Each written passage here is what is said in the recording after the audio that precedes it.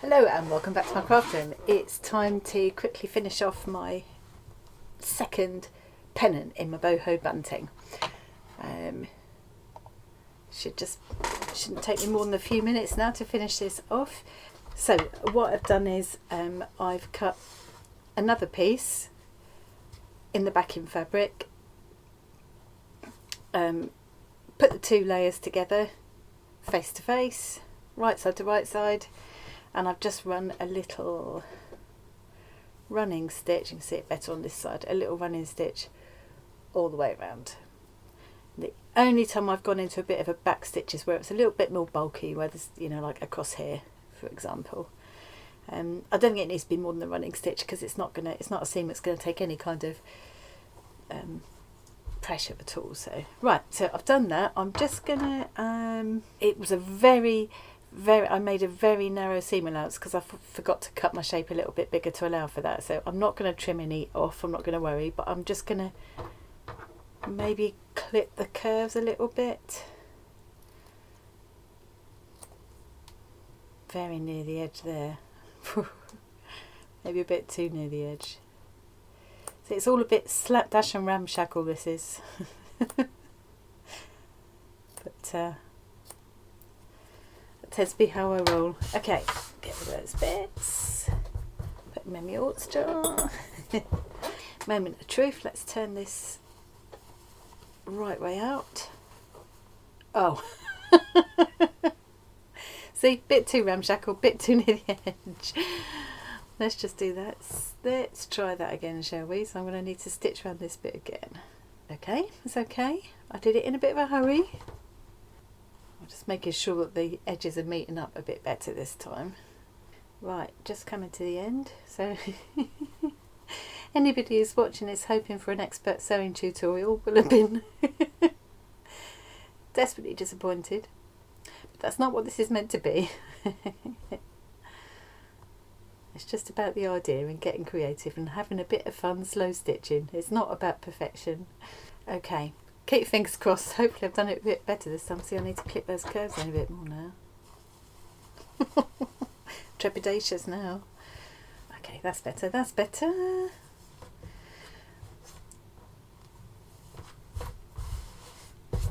Yeah. Bit of an end sticking out there, get rid of that. Now, it's a little bit slipshod there, and it's a little bit slipshod here, but I'm not going to worry about that. Oh look, I'm perfectly happy with that. It's a little bit wonky and that is fine by me.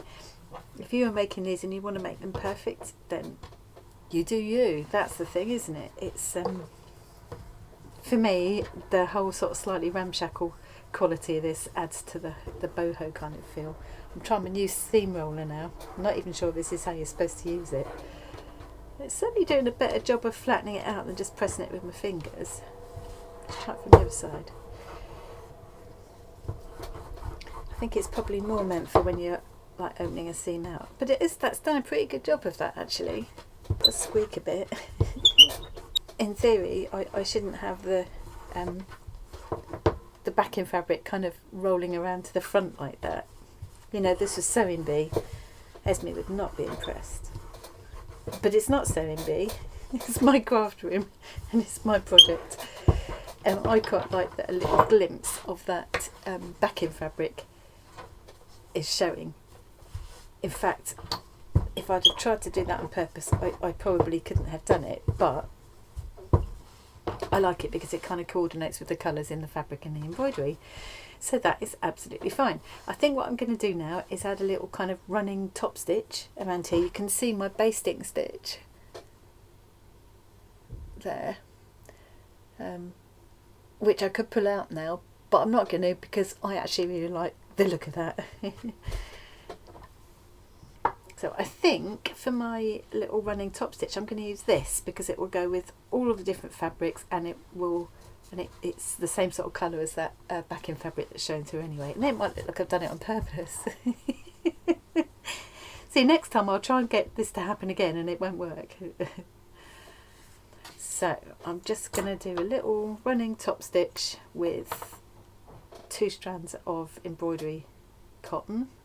Okay, and then the other part of my plan was to use these the little cube shaped beads you can see there. The smaller brass ones are cube shaped, which I think echoes the little squares in the pattern on this fabric. So what I'm planning to do is add some of the little cube shaped beads around the outside edge. How many I add will depend on how tricky it is to do and whether I enjoy it or not. I don't mind if it takes ages. If I'm enjoying the process, that's fine. But if I'm not enjoying the process, I'll just change my mind. I'll edge it in a different way, because the whole point of this is to be enjoyable, not to be a chore. So I'm just going to start this off with a knot, which I'll hide on the inside. I'm leaving the tops open on both these. I left the top on this first one as well, because I haven't quite decided how I'm going to attach the tape for the bunting in the end. It might be that it will get enclosed within the layers of the pennants, so I'm just going to leave those tops open for the time being. Right, so I'm going to hide my knot inside here, and I'm going to do myself a little running stitch quite close to the edge. Was a bit stiff that first bit because there's several layers of fabric there. I could also make this a chain stitch, I guess, if I wanted it to look a bit more prominent. I might do on some of them. I do need to go back and add the same thing to this one. So on this one I'd probably pick, I mean, I could try the same colour because there is some of this colour in here as well. Yeah, I'll probably use the same colour to go around this one as well.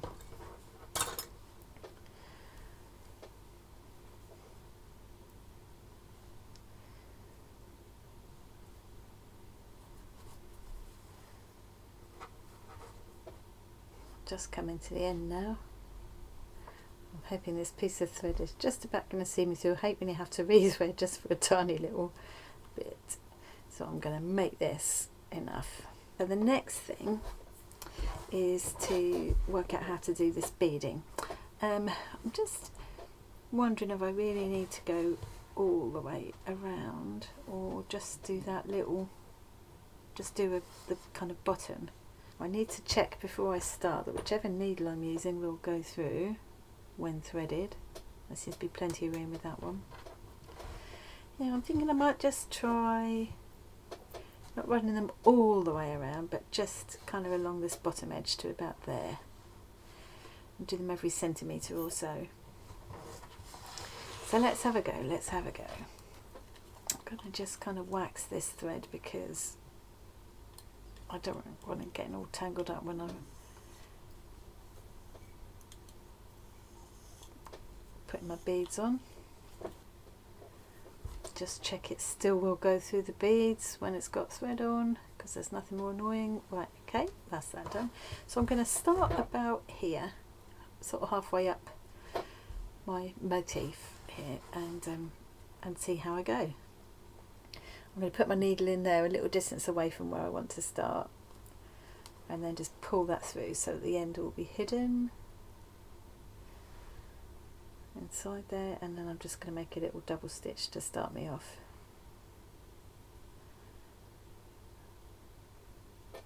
Let's just put my needle through the loop as well, so that will just kind of make a little knot there.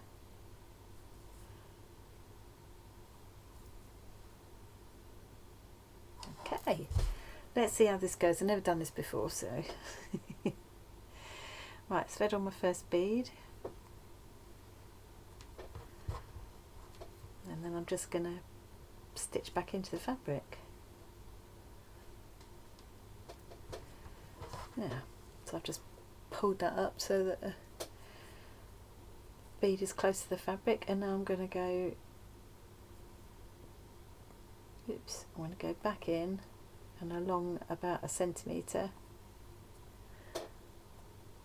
and come out again.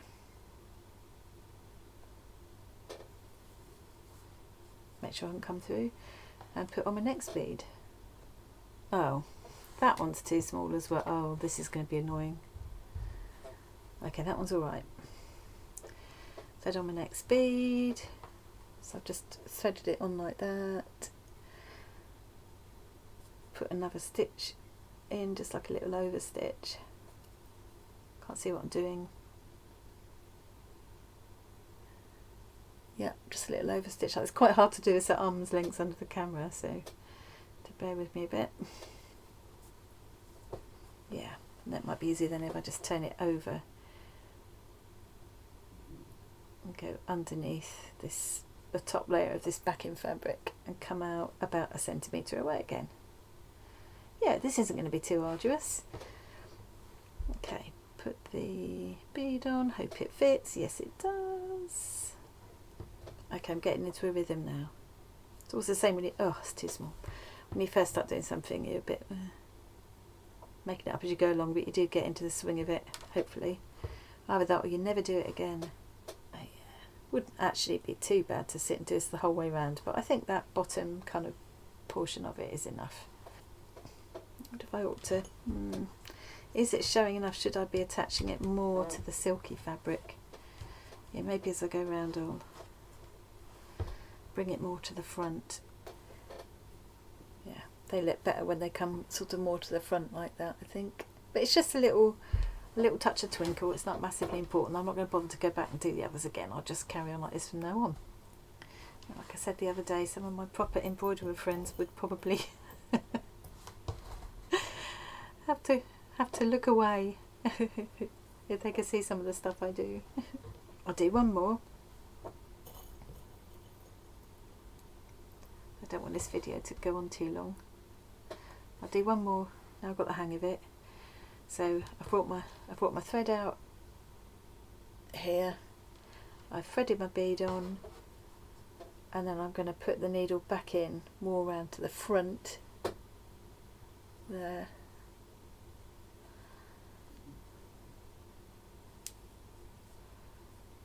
So that when I pull it up, it comes around, the bead comes around to the front like that. And then do that little anchoring stitch again, just to keep it where I want it to be. And then go to the back, between the layers of fabric, and bring the needle up ready for the next bead. So I'm going to work around and finish the rest of those, and then we'll come back and see you in a minute and show you the finished pennant. Okay, that's all my little beads added around the edge. I really like that as a little finishing touch. Yeah, and it's only taken me about I don't know, 15 minutes maybe to do, so actually that's not too bad at all. If I was sitting here watching a bit of telly, I could quite happily keep doing that. I got into a good rhythm with it in the end. So that's my first 2 pennants. They won't necessarily go in that order. It depends on what colours and shapes I end up doing and how they all go together at the end. But yeah, and the backs aren't beautiful, but I like the colours and they're tidy enough. I could think about at some point, maybe on the last one, I'll just embroider my name and the date or something. Yeah, so I've really enjoyed that. I think let's come back up to I think next week I'm going to have a go at a tassel, and I'm going to use, I've got these lovely sari ribbons. I've got lots of beads and embroidery threads and all sorts of things. I'd quite like to use some of what I've already collected up in my aughts jar. I think aughts have come to me in just the threads, but for me it's all the little scrappy teeny weeny leftovers that are too small to do anything else with. And there were some beads that came in the, where are they? Yeah, there's like this little pom-pom thing came in one of the scrap bags. There's beads like this. There's even a feather. I mean, that would be quite nice as part of a tassel, wouldn't it? So that's my plan for next week. I might do a pointed one of the pointed shapes, because I've got these are my 5 pennant shapes. So yeah, I might do the triangle one in next week and have a little tassel on the end of it. That'd be quite fun. So that's it for this week. Here's my 2 here's my 2 finished pieces so far. Really happy with them. I hope you enjoyed watching that. Thanks ever so much for joining me today.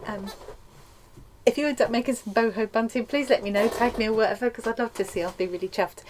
And I will leave a link to Bazaar in the description box as always, because I just love their scrap bags are what inspired this whole project. Okay, that's it from me. Thanks ever so much for watching today, and I will see you again really soon. Bye.